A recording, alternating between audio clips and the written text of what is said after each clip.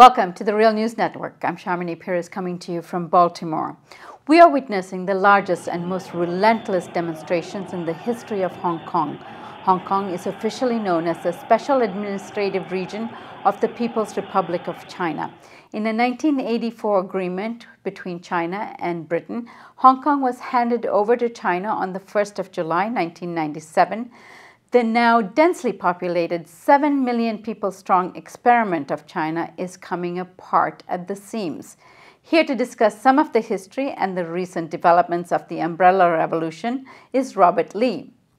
He's joining us from Hong Kong. Robert Lee is a lawyer practicing since 1988. He has offices in Tokyo, Shanghai, and Hong Kong. He's a board member of the Real News Network. Robert, thank you so much for joining us. Glad to be here, Shamini. Robert, before we get into the demonstrations, let's have a look at the historical context here. Why did this agreement between Britain and China come about? How did China end up with Hong Kong? Well, by 1984, the situation in Hong Kong was they just come out of a recession.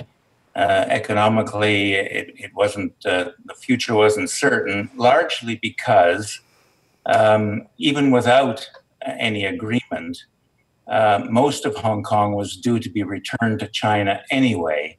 The whole new territories part of China was only leased to Britain for 100 years. It was only the Hong Kong Island and the Kowloon Peninsula that were given in perpetuity to Britain. So even in the best scenario, Britain would have had to hand back 3/4 of Hong Kong, without which it couldn't have continued. So there was so much uncertainty created by that the economy was being affected. And that's what brought about this agreement whereby Britain said, okay, we'll give you back not just the new territories, but we'll give you back everything. And this created a lot of tension among Hong Kong people because they didn't know what would happen if they all were handed back to China. So the result was an agreement, an international agreement, whereby China could regain sovereignty over all of Hong Kong. But the quid pro quo was this one country, two systems idea, which meant that the British system of law and government and economic and political customs would continue for at least another 50 years. That's the two systems aspect of the deal. The one country was, of course, that Hong Kong would become part of China. So it was very much an international agreement. It's been lodged with the United Nations. And the idea was that Hong Kong would be able to continue to have a political and economic development based on what Britain had been doing beforehand, that is, moving towards democracy. And capitalism. And capitalism. The capitalist system was to continue, and that was part of the basic law. Communism was not to be any part of Hong Kong's government. It was to be Hong Kong people running Hong Kong. So let's get into the umbrella revolution here. I understand that the umbrellas come handy against tear gas, the sun and the rain, but we understand that they are mostly students who are mounting these massive demonstrations against the administrative powers of Beijing. The young Joshua Wong, the 17-year-old representing high school students, come to mind as he's been plastered all over the press internationally. But what is the real composition of the demonstrators? Who's joining them? Well, originally, and for a long time, there was this plan to have Occupy Central, which is really a copycat of Occupy Wall Street. Which was started by an academic, Benny Tai, who actually was involved in in some of the constitutional committees that were drafting the basic law back in the 1990s. And so his focus was the proper constitutional development of the one country, two systems. And I think he just hijacked the name Occupy Central that grew out of the financial crisis, and to use that method of demonstration to try and bring attention to the fact that China was not allowing Hong Kong to implement universal suffrage in a way that respected the two systems idea. But so most of the press and the development of this problem was focused around Occupy Central movement, which and the business leaders, the political leaders were all against it and saying it would hurt Hong Kong's economy and so on. But in the midst of this, some other things occurred.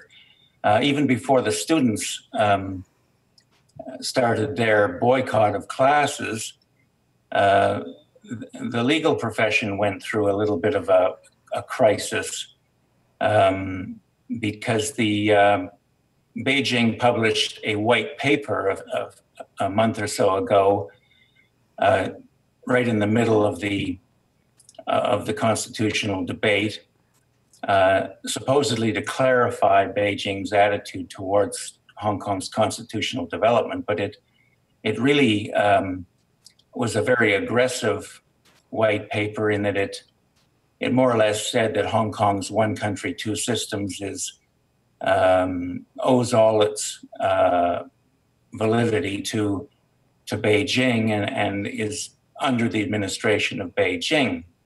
That even the legal system with independent judges, these people are also administrators who get their power from Beijing. So there was a real crisis provoked among the legal profession, the bar society. There must be a few 100,000 lawyers in Hong Kong, given all the business that takes place. There are a few thousand, few tens of thousands, but in particular, the bar society, the bar association, that's the lawyers that go to court. You know, we have the two systems in Hong Kong. They're not a united profession. They were very upset because they thought that this undermined the independence of the judiciary. But the law society, which is the business lawyers, not the court barristers, the head of the law society made some remarks about the white paper, which contradicted what the bar association was trying to do, and suggested that, well, the white paper wasn't really against the basic law, and he made some other remarks such as, you know, communism has been great for China, and this provoked a real backlash among all the lawyers in Hong Kong, and they had a large meeting at which several thousand turned out to pass resolutions effectively impeaching the head of the law society, and he had to resign. So that was a week or so before the students announced that they would also boycott classes to show their support or their concern over the direction in which the constitutional development was changing with respect to the election of the chief executive. So I think the legal crisis didn't get a lot of press because it was, for one reason, the meeting was not open to the press, but there was a lot of awareness of that problem and that situation in Hong Kong. And I think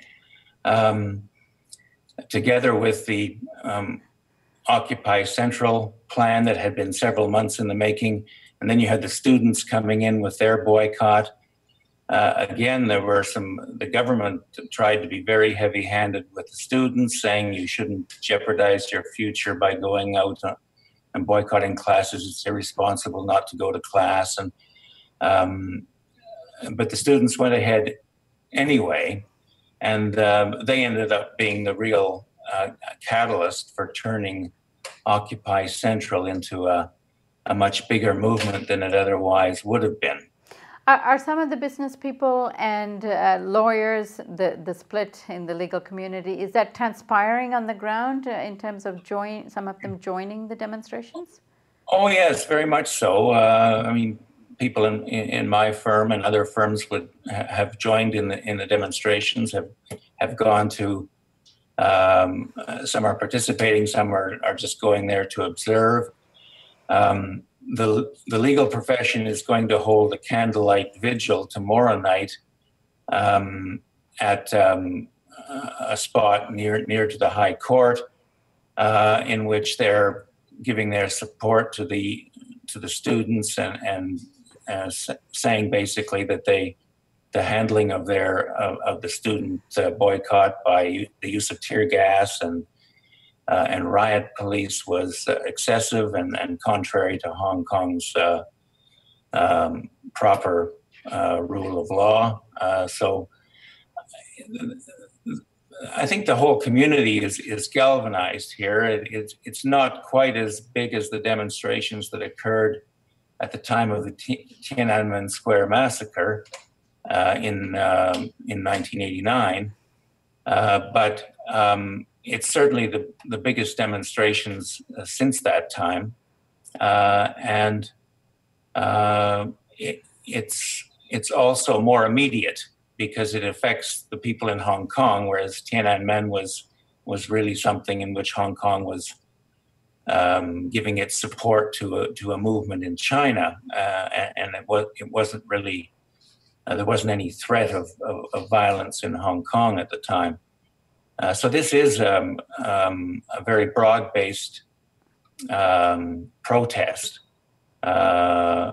which has gone in the face of very strong media, business leaders, political leaders, commentators from China, saying you shouldn't do this. It's counterproductive. It's not going to get you anywhere. It's going to hurt Hong Kong. In the face of all that negative criticism, these demonstrations have gone ahead, which says something about the degree of dissatisfaction that the people in general are feeling at the moment. When we sitting in the West think of Hong Kong, we see a highly developed, extremely capitalist, hyper-capitalist kind of a society. But the demonstration or indication that is really not so. There's a lot of turmoil, there's a lot of inequity, there's a lot of issues that obviously these people are facing in order to hit the streets. Describe what life is like to live in Hong Kong, and if you're an ordinary person like these students, what kinds of issues are they facing? Well, Hong Kong has always been very positive about capitalism. It hasn't been a hotbed of industrial action, but it has since the financial crisis and before that, the general widening of the gap between rich and poor has affected Hong Kong as well. We've been shielded from a lot of that because of the economic boom that the presence of China has caused.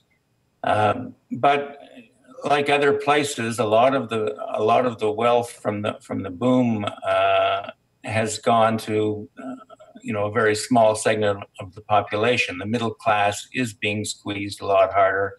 Property prices are way out of line with what the ordinary middle class person can afford.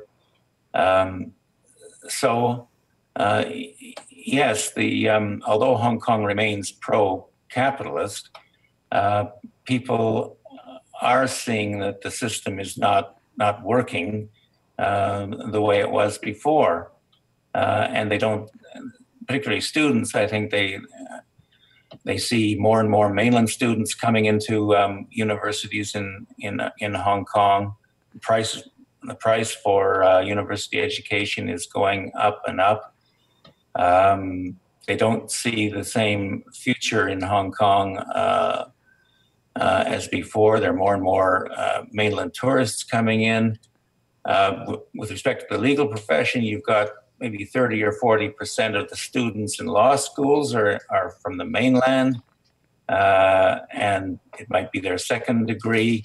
So there's a real concern that Hong Kong is rapidly no longer a place for Hong Kong people, and there is a much broader discontent with the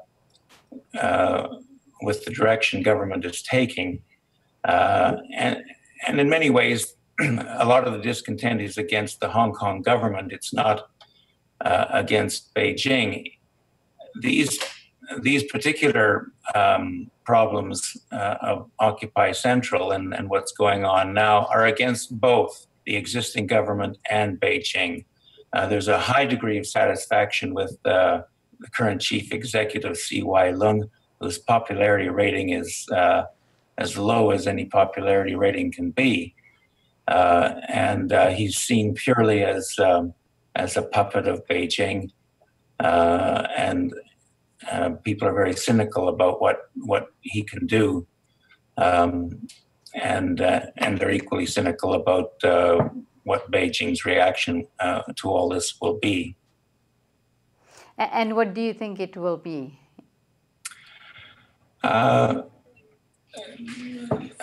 It's really hard to say.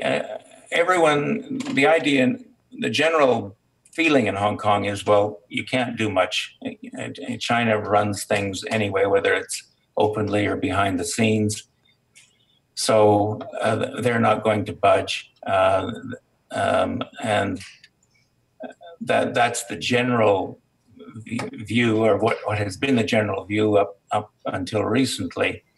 But I think the fact that the students and the people that have joined and supported them are doing these protests anyway is making it all a little bit less predictable. Robert, these demonstrations have been going on since the 22nd of September. Is there any signs from Beijing or the administration that they might actually meet with the students and the Occupy group? There's been nothing so far from C.Y. Leung about meeting. I think they're just in the waiting mode now to see whether it will peter out on its own. That's not likely, although this is not a mass demonstration that is completely disrupting business in Hong Kong. It's affecting a few areas. But on the whole, if they wanted to continue, I think there's a good chance that people will go along with it. Is there any wavering in the stock markets as a result of the demonstrations? Yes, the stock markets have been affected a little bit, but not drastically. Robert, I imagine these demonstrations are going to continue, and I hope you come back and keep us posted. Yes, they will continue, and I'll be very happy to keep you posted. Thank you for joining us. Thank you. And thank you for joining us on the Real News Network.